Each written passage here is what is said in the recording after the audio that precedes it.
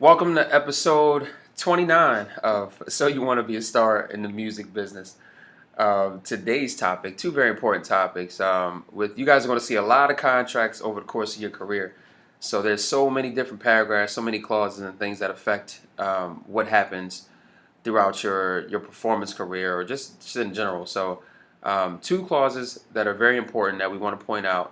One is going to be something that's called an indemnification clause, which is also known as a hold harmless clause. We're also going to discuss power of attorney, and these two are very, very, very important. So to go back, indemnification. Mitch, why is indemnification so important? Okay, Kevin, here's the situation. You are performing in a concert hall, and somebody in the audience trips over a ripped carpet.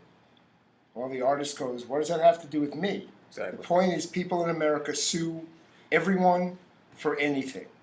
So, most likely, if that person in the audience gets hurt and sues the concert hall, they will also sue the performer on stage. The lawyers look at it that the law will decide how much money they can make from whom, and they may even be looking for a buyout as a compromise. It's money either way. So the problem is you, the artist, didn't do anything. So the concert hall needs to indemnify you, the artist, Or hold harmless. so that in case you get sued for something that you didn't do and that the concert hall had negligence in, they should have fixed the carpet, they will pay all the legal bills to get you thrown off the case so you will no longer be sued. That's called they are indemnifying you, the artist. Now, Vice versa. Let right. me just go. What about the other way around? You So we always got a want lot to, of right. crowd jumping artists out here. Yeah, that happens a lot. You definitely want what's called a mutual indemnification clause. Sorry about that. You want to be fair, and that means if you, the artist, are the type that throw microphone stands out at the audience or jump on the audience, and somebody gets hurt by what you did, the concert hall is going to go, "Oh, no way! We had nothing to do with this. We told the artist you're not allowed to do this." And of course, think about fire. If you've got fire as part of your act, that's very dangerous. And this has happened many times where a place starts to burn down because something went wrong with the fire on stage. Right. So you, the artist, are indemnifying the concert hall, as well as the promoter, as well as the managers of the concert hall, as well as your manager. On and on and on. The person who did the negligence, who should have known better and didn't do it, is the person who will pay the legal bills for everybody else.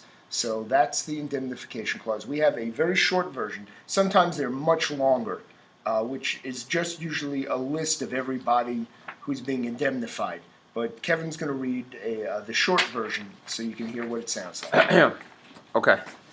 Purchaser agrees to hold harmless, or artist harmless, for any claim whatsoever, including injury, accident, or property damage, except where such claim is a direct result of artist's sole negligence. Artist agrees to hold the purchaser harmless for any claim whatsoever, including injury, same thing, accident, or property damage, except where such claim is a direct result of purchaser's sole negligence. That's the basics. Lawyers have variations of it, but that's what makes it mutual. There's usually one sentence that the artist is holding the purchaser or the venue or whatever else is involved harmless, and then one that's the reverse. Okay, you're each holding each other harmless. There you go. Okay, moving right along. I'm going to talk about power of attorney. First, we're going to explain what it is, and then we're going to have an opinion about it. Right. All I'm right? going to divert that back to you. Okay, go To ahead. explain generally what power of attorney is, why this is so important, and basically the concept of controlling your own life and who writes the checks. The managers ask for power of attorney, lawyers, accountants, financial advisors.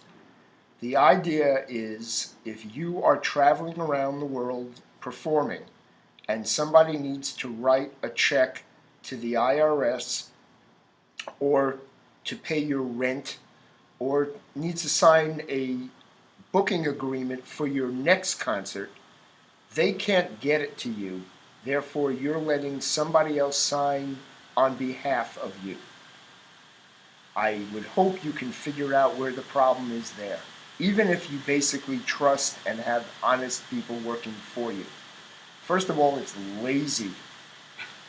You are a Sign your own lazy, stuff. lazy artist if you allow this.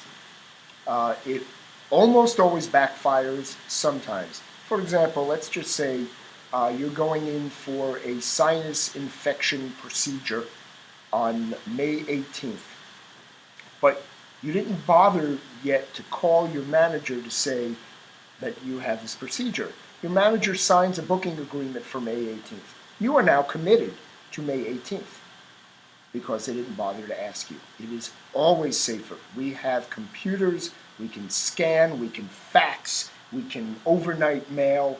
Demand that you sign every check yourself, you sign your own tax returns, and you ask questions. You sign your own booking agreements, you sign every agreement. And if you don't understand it, ask questions. Please. Power of attorney, the worst thing that I know of, the worst story I know of, is an accountant who was very famous, but ended up not being honest. And an artist who was traveling 300 days a year, very famous artist, gave power of attorney to the accountant to take care of taxes. The tax return was filed, everything was fine. However, the accountant wrote the check to himself so he could buy a house. So the check for the taxes, which were very expensive because the artist was doing very well, did not go to the IRS. You say, well, but then the IRS would send notices. Yes, the notices were Not to your sent address. to the accountant, to the financial advisor, because he's the one who has the power of attorney. And as far as the IRS knows, that's who they're supposed to send notices to.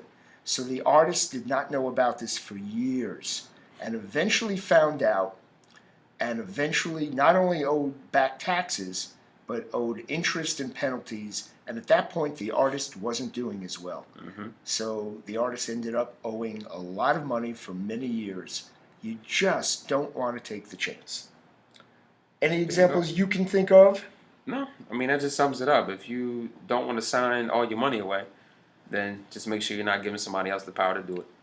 And as we are constantly saying, and the reason for these classes is don't be lazy. Learn about your business. You're not expected to know as much as your manager or your accountant or your lawyer, but know as much as you can and ask a lot of questions. Don't be shy. Don't be intimidated. All right? On that note, Kevin? And that's it. Make sure you subscribe to the channel so that you get any notifications or updates when we put new classes up. Check out the website, www.MWEntGroup.com. I'm Kevin Curtin. Mitch Weiss, and we look forward to seeing you on episode 30.